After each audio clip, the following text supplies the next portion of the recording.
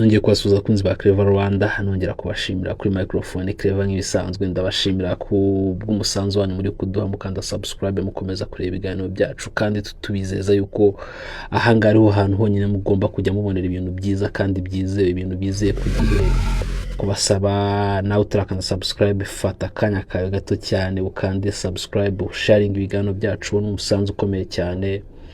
Ugiye no ku social media yacu dukurikirane, haba Instagram ni Clever Rwanda, TikTok Clever Rwanda, Twitter ubwo ni X ni Clever Rwanda, na Facebook. Uri umuntu w'agaciro cyane kuri wowe bikoze cyangwa ugiye kubikora, uri umuntu w'agaciro cyane. Uyu munsi tugiye kubagezaho inkuru iri update cyangwa inkuru iri gutrendinga, ariko ahanga ugomba kujya umenyera detail kuri detail, cyangwa ukamenya ibintu ku gihe kandi ukabimenya neza, ufite amakuru y'indani cyangwa amakuru yimbitse hano kuri Clever Rwanda. Miss Jolly ubitse ikamba rya Nyampinga w'u Rwanda yambitswe mu 2016 yaciye amarenga yuko yaba ari mu rukundo n'umugabo w'umukire wo muri Tanzania uzwi ku mazina ya Rugami Said Hamad. Akaba yaramamaye kubera sosiyete y'ubucuruzi iri ifite amazina yitwa Rugami Enterprise. Rugami nk'uko twabashije kubona ubwo n'izina rye yabashije gukuramo akaryita imwe muri company yiwe. Akaba ari umwe mu bashoramari cyangwa mu curuzi cyangwa abajejeta franga bo mu gihugu cya Tanzania, igihugu cy'abaturanyi kiri mu burasirazuba bwacu bw'igihugu cy'u Rwanda. Aba bombi baciye amarenga y'urukundo rwabo binyuze ku mbuga nkoranyambaga zabo, aho uyu mugabo yagiye ku rukuta rwa Instagram rwa Mutesi Jolly atanga igitekerezo cyangwa ajya muri comment ku ifoto y'uyu mukobwa yari amaze gusangiza abamukurikira cyangwa abakunzi be, amushimira kuba yarahisemo kumukunda. Rugami Said uri mu bashoramari bakomeye muri Tanzania yagize ati, uhora uri mwiza cyane kandi warakoze kunkunda. Uyu mukobwa cyangwa Mutesi Jolly nawe tazuyaje ajya kumusubiza cyangwa gukora repay, yahise amusubiza agira ati naguyemo cyangwa locked, bamaze gufunga. Bituma abantu benshi bibaza niba aba bombi baba bari mu rukundo cyangwa baba bari kwerekana urukundo rwabo, kuko uyu Said ni umwe mu bashoramari cyangwa mu bantu bafite amafaranga menshi cyane mu gihugu cya Tanzania. Nk'uko uri kwibona kuri aya mashusho ndi kukwereka, iyo usuye konte cyangwa usuye account y'uno mugabo Said, usanga ari we muntu wenyine akurikirana, usanga akurikirana Mutesi Jolly cyangwa ari we muntu wenyine aflowinga uyu muherwe. Akaba ari umwe mu bantu kandi bafite nk'uko twakomeje kuyabwira, akaba ari umwe mu bantu bafite amafaranga mu gihugu cya Tanzania. Ariko ku bijyanye n'imyaka imyaka ni myinshi cyane.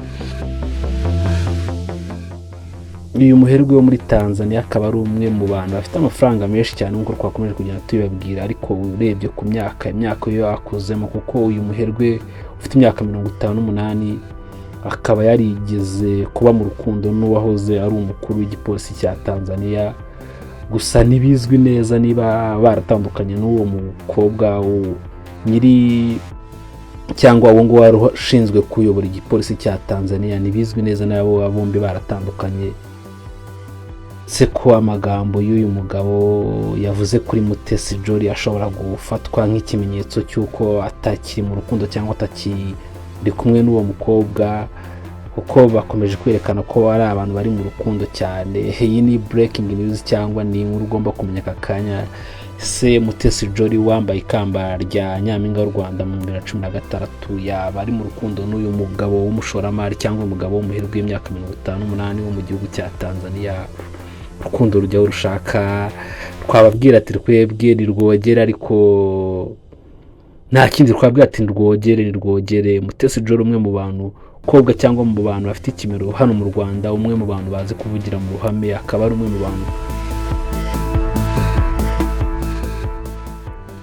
bakomeje kugaragara ku mbuga nkoranyambaga bameze neza cyane. Akaba yaciye amarenga ko yaba ari mu rukundo n'uno mugabo w'umushoramari wo muri Tanzania uzwi nka Said.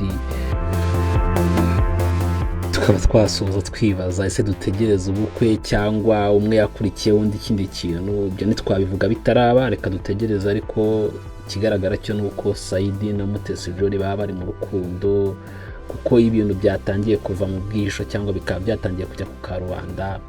Se haba hari izindi project bari gupanga bakabicisha, bashaka kubicisha mu rukundo cyangwa ari nka prank bari gukora. Ariko ikigaragara cyo nuko Said na Mutesi Jolly bari mu rukundo. Uyu Said ufite imyaka 58 kuko nakomeje kugenda mbibabwira ni umwe mu bantu bafite amafaranga menshi, akaba ari umwe mu bantu bazwi mu gihugu cya Tanzania ko mukomeje kuvugwa cyane kubera uyu mukobwa w'ikimero gitangaje w'umunyarwandakazi ufite ikamba nk'uko twabibabwiye, cyangwa namwe murabizi ifite ikamba ry'ibihumbi 2016.